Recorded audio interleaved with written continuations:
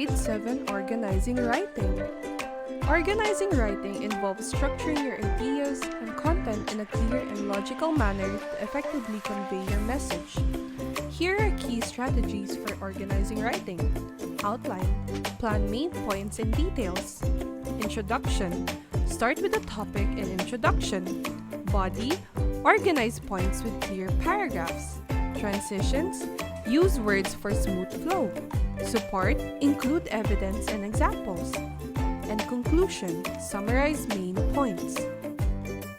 Body includes introduction, outline, transitions, and supporting idea. Question.